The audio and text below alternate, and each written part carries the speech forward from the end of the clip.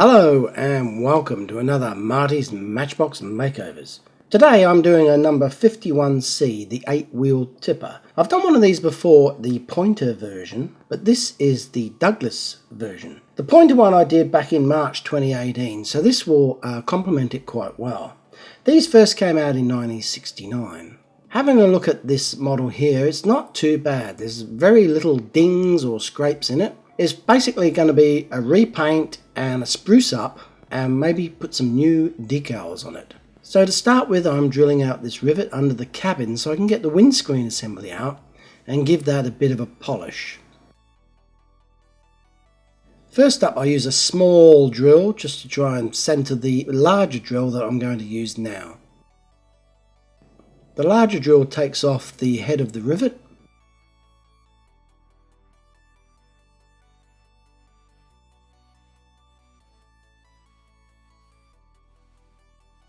And the base should simply just lift off. Maybe sometimes it needs a little bit of persuasion with a screwdriver, but generally not too difficult. There we go. Lovely. So now that's been removed, we can have a look at it. It's a chrome plated sort of plastic part. You can see the original plastic is blue underneath. So I'll have to touch that up. And here's the windscreen that I wanted to polish up. It's great to have it out of the model. There's an arrow on the top there. Surely in the factory you wouldn't get this the wrong way round. Anyway, you can see these areas here that have been exposed to sunlight and dust and abrasion over the years.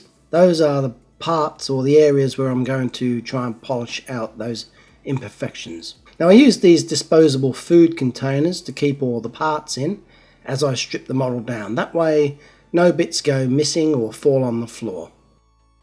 To take the tipper body off, I need to remove this pin on the rear. I also need to remove the heads on these pins so I can remove the wheels. To do this, I use a little grindstone in a Dremel.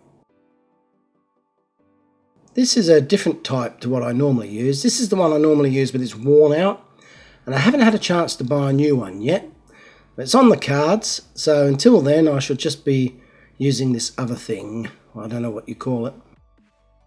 So I'll just take this little edge off the axle end very gently with my finger on the other end holding it up.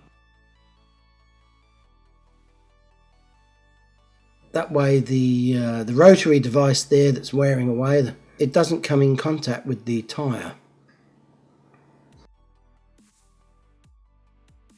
And they just pull off like that. A bit fiddly, but doable.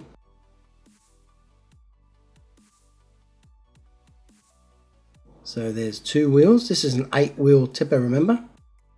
I just got these last ones to take off, and in hindsight I needn't have bothered because really all I did with this base is touch up the front end.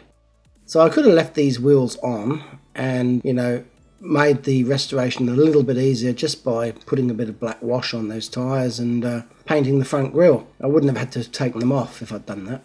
Now this little pin on the back here that holds the tipper body in place is particularly awkward to get to because there's not a lot of space there to get the grinding tool in. So I'm using these needle nose pliers just to try and deform the end there and give me enough clearance to pull that pin out like that.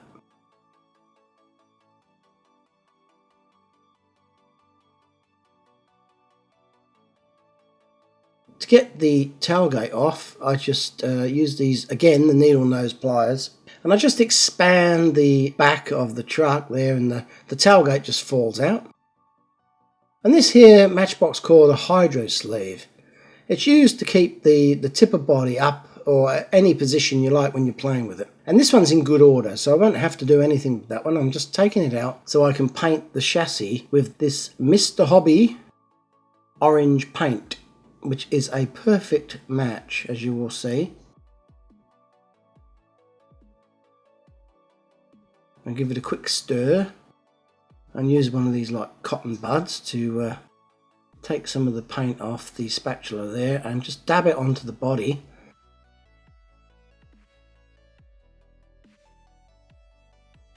Now here it is on the curved rear guard there, rear mud guard. It looks brilliant. But just to double check, I put a little bit on a flat surface here.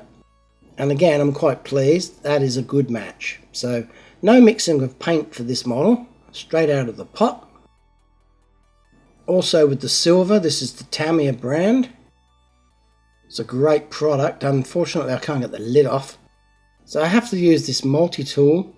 This little spanner is a great piece of kit. It fits any size nut and bolt. And it's perfect for loosening the lids on jars where they're jammed on, like that. Well, I'll give this a bit of a mix, and it's quite gluggy, this paint. I don't know why it's dried out like it has. So I'm going to have to thin this quite heavily. But I'm just doing this now just to check the colour, and I think it's going to be perfect. So no colour matching today. 2 colours straight out the pot. But before I can paint it, I've got to strip the old paint off, of course. So I use this gel polish stripper, paint stripper, that is one of my popular products that I use. There are other options, but this really gets the job done quickly, and time is the essence. I don't have a lot of time. That's why at the moment I'm only pumping out, say, 1 or maybe 2 videos a week. I have a full-time job, and I really struggle to make this happen and find time to do these makeovers, but it's worth it in the end. I get a lot of pleasure out of it.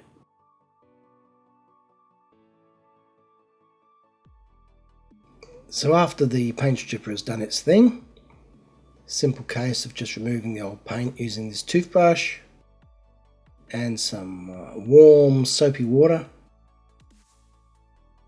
Most of it comes off. Sometimes I have to repeat the process, but not often.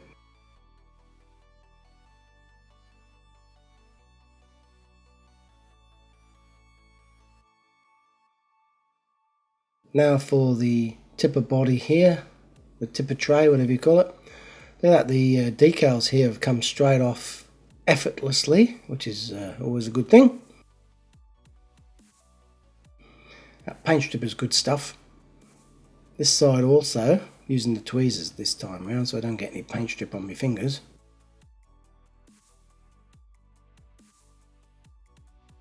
And this is great, it's straight back to the metal. Look at that. And we mustn't forget this little tailgate here. It's scratched up a little bit, so it does need repainting. So just give this a little dab of the paint stripper and clean that off.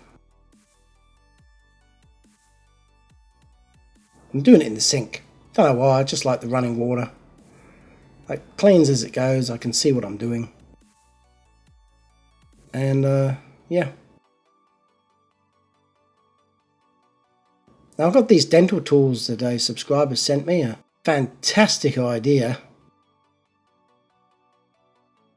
I can't do without these, they are fantastic for removing all the tiny little bits of paint that are left behind after the paint stripping.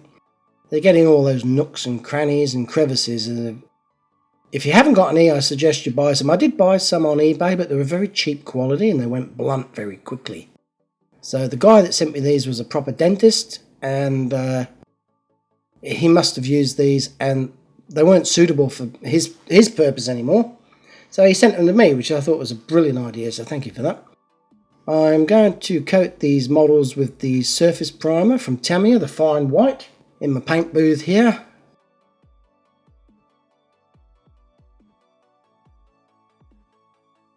Just give them a quick light coat. The idea of using this stuff, of course, is, well, it primes the metal so that the paint, the top coat, will go on well. But not only that, it also hides any minor imperfections. But because it's the fine primer, it does not obscure any of the casting details in these models, which is what we try to preserve, you know, because they're very detailed. And as a kid, we never used to notice. But now I'm doing them up and I'm looking at them at close quarters with magnification and all that. They are amazing, amazing models. The Matchbox modelers really did a good job on this, and I can't say that enough.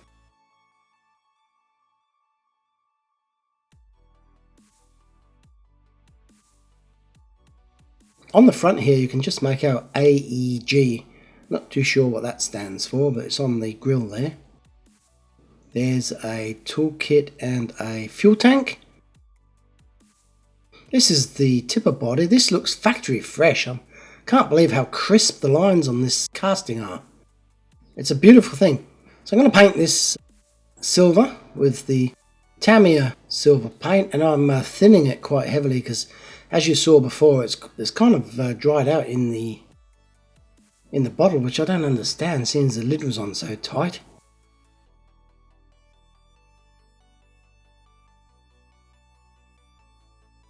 Alright, pump this up to like 60 psi, I think. Get yourself a good airbrush if you're going to do this. Don't skimp, try and get the best one you can afford. This one's a dual action airbrush whereby I press down the air flows, and if I drag back on the trigger, it controls the flow of the paint. So there's a lot of control with this little airbrush. Some of them are single action, and this one is a dual action. Something to bear in mind when you go down to your local hobby shop to buy an airbrush.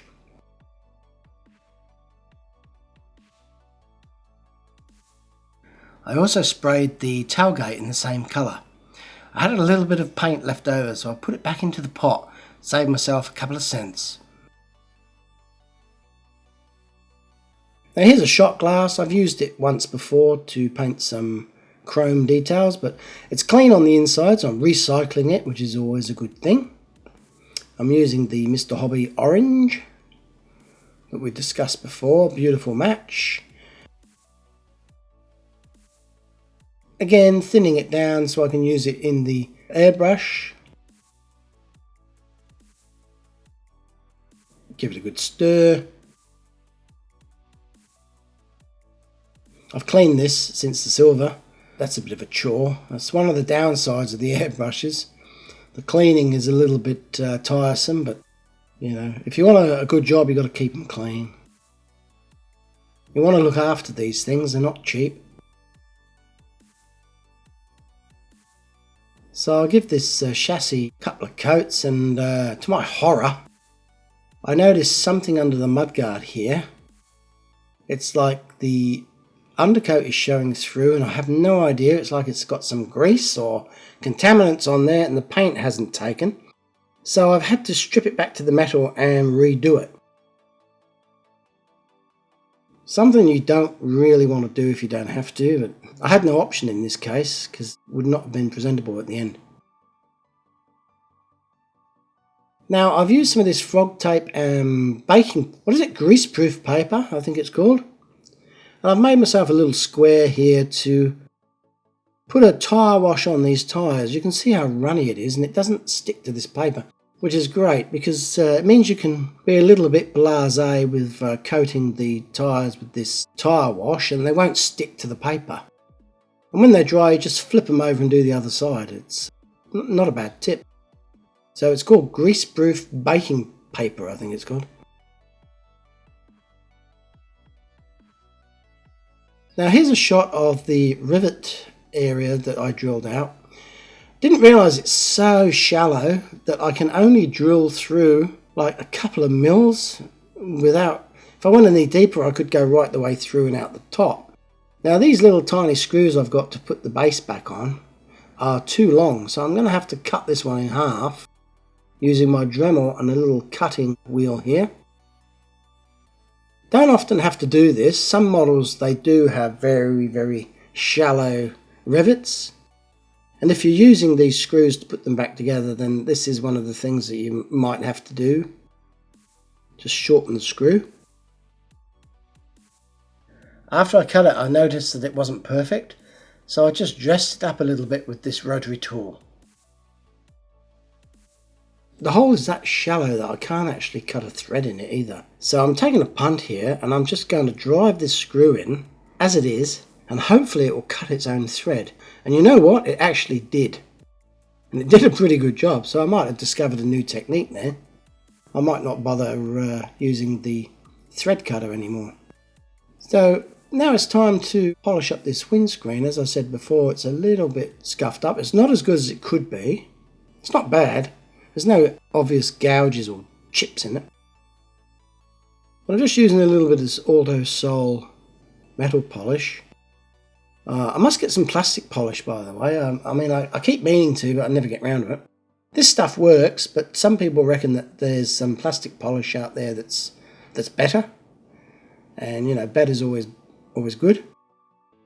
But this suits my needs for the time being, so I'll keep using it until I run out, and then I'll probably be forced to order something new online. Here you can see it does a really good job of polishing up the plastic. So I've done the front and the right hand side, and I've just got the left hand side to do here for comparison there. Anyway, when I've done that, I use this soft shining floor polish to give a finishing touch. And what you do is you immerse it completely in the soft shining floor polish, like this.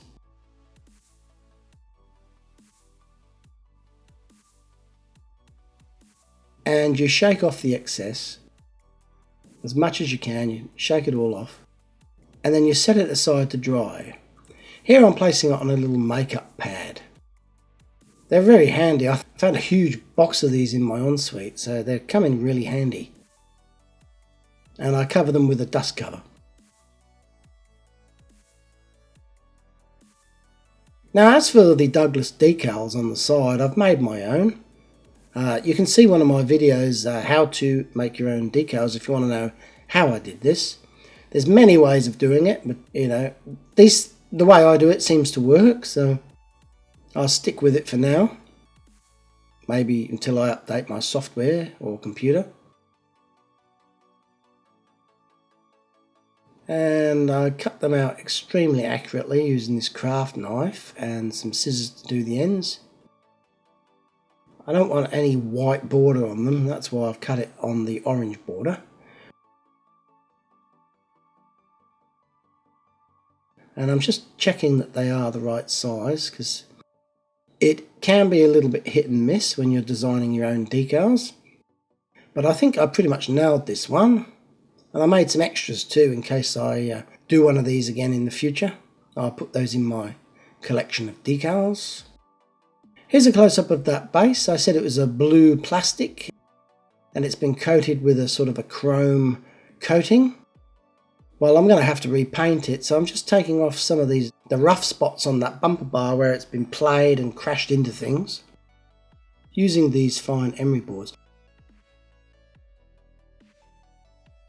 Now, it's caused a little bit of a burr to be produced on the edge, on the lip there. So I'm just sanding that down with some 600 grit fine emery paper. Now I'm repainting it with ink from a paint pen, a Molotow chrome paint pen. And I think that's acceptable. It's going to look good when it's put back on the model, I'm sure. I'm just running it along the bottom edge there where the blue plastic's showing through. So here's all the parts now ready for reassembly. With the exception of the axles there, I've got to clean those up. I do that quickly in my drill chuck and use a bit of emery paper to give them a bit of a shine. Now I'm going to put these wheels back on. There's always a good side and a bad side to the wheel. So inspect the wheels and make sure the good side is facing outside. And then using my axle end reformer in my shed. So I just put the wheels back on and lock them into place.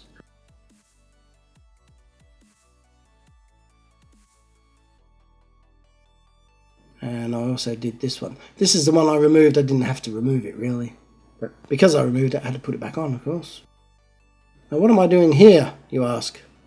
I'm cutting some rubber tubing. Why? I'm putting them on the end of these long nose pliers because I've painted the back, you know, the tipper body, and I want to put that tailgate back in. I don't want to damage it. So I'm using these rubber tips now just to spread the sides of the tipper body to allow me to gently position this tailgate back in there.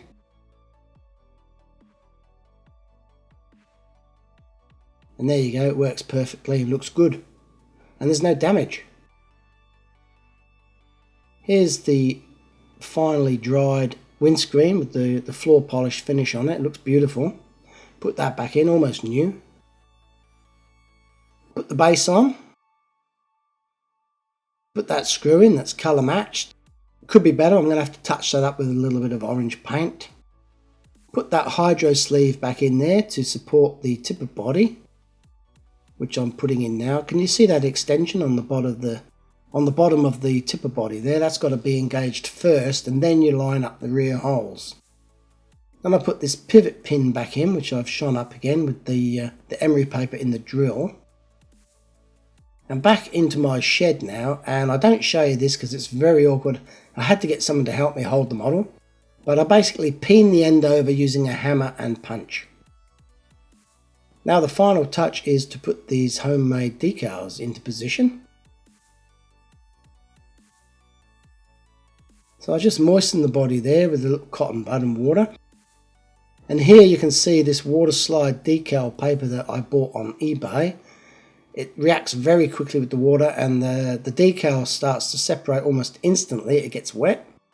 So you just use the tweezers to pull out the backing sheet and give it a prod and a poke until you're happy with its alignment. And then using these Q-tips or cotton buds, I just squeegee out the excess moisture and flatten the transfer onto the body. Yeah, I'm using a bit of toilet tissue here just to kind of press it on and make sure it's glued into position properly. I'm happy with that. So here's a reminder of what this Douglas number 51C 8-wheel tipper looked like before I started. Not too bad, but was in need of a bit of a spruce up, I felt. And this is what it looks like now. I do love that silver paint on that tipper body there. It looks perfect. The orange is nice also. And I've done a few little chrome highlights there, the badge on the front and the door handles and the hubcaps. Now here's the pointer version that I did in yellow about 18 months ago. So just for comparison, I thought I'd show them together here. They're going to go back into my collection. And here they are carting gravel, which is what they're made for. So two contractors working in unison to get the job done. And as a little bit extra, I thought I'd make myself a box for this one. So I printed it out, cut it out, glued it together. It turned out not too bad. I'm very impressed with how that decal turned out. So I hope you've enjoyed this video, and until next time, goodbye.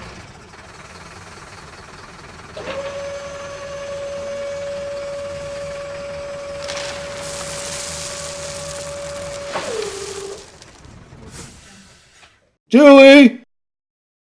Julie! Oh.